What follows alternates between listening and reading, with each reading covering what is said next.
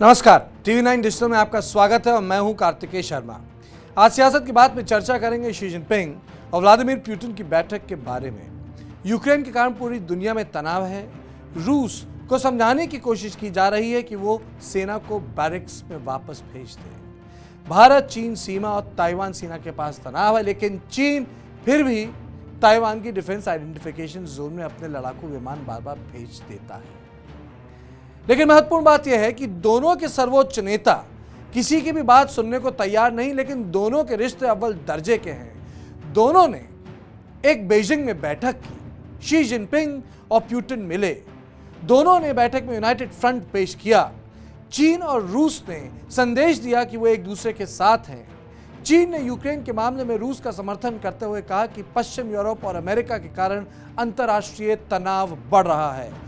दोनों ने साझा बयान जारी करके कहा है कि कई देश एक दूसरे के साथ तालमेल बढ़ा रहे हैं, लेकिन इससे दूसरे देशों की सिक्योरिटी पर फर्क पड़ रहा है। साझा बयान में नेटो शब्द का इस्तेमाल नहीं किया गया, लेकिन मजमून साफ था कि नेटो पर रूस को चीन का समर्थन है।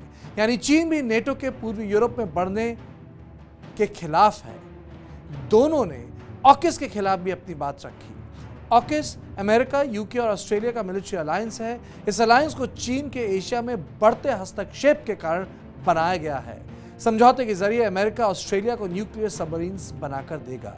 यहां रूस ने साझा बयान में चीन के साथ कह दिया है कि ताइवान के मसले पे वो चीन के ही साथ है, यानी वो चीन की वन चाइना पॉलिसी का समर्थन करता है, ताइवान का नहीं। दोनों देशों ने साझा बयान में कहा कि ऐसा कोई विषय और क्षेत्र नहीं है जहां चीन और रूस मिलकर काम नहीं कर सकते। गौर कीजिए कि शी जिनपिंग और पुतिन की 38वीं बैठक है। 2 साल में पहली बार शी जिनपिंग किसी नेता से आमने सामने बैठकर मिल रहे हैं। उन्होंने अमेरिका के राष्ट्रपति बाइडेन से भी आमने सामने बैठकर बात करने से मना कर दिया था। पुतिन ने चीन में कदम रखते ही कहा कि रूस चीन को 10 billion cubic metre gas supply करेगा। शी जिनपिंग ने भी कहा कि इस बैठक से दोनों देशों के रिश्ते और मजबूत होंगे। दोनों देशों के बीच 15 बड़े समझौते भी होने वाले हैं। बैठक में फैसला लिया गया कि परमाणु क्षेत्र, खेती, ट्रांसपोर्ट और टेक्नोलॉजी में रूस और चीन मिलकर काम करेंगे। गौरतलब है कि यह बैठक तब हो रही है जब अमेरिका ने रूस पर फेक वीडियो के जरिए हमला करने की साजिश का इल्जाम लगाया। वहीं अमेरिका और भारत समेत कई देश चीन के विंटर ओलंपिक्स का डिप्लोमैटिक बॉयकॉट कर रहे हैं। ये बैठक विंटर ओलंपिक्स की ओपनिंग सेरेमनी से पहले हुई है। 2014 में रूस द्वारा आयोजित सोची विंटर ओलंपिक्स में शी जिनपिंग विशिष्ट अतिथि थे। खास बात यह कि पुतिन और शी एक दूसरे को दोस्त कहकर बात करते हैं। इसी दौरान पाकिस्तान के प्रधानमंत्री इमरान खान भी बीजिंग पहुंचे हुए हैं।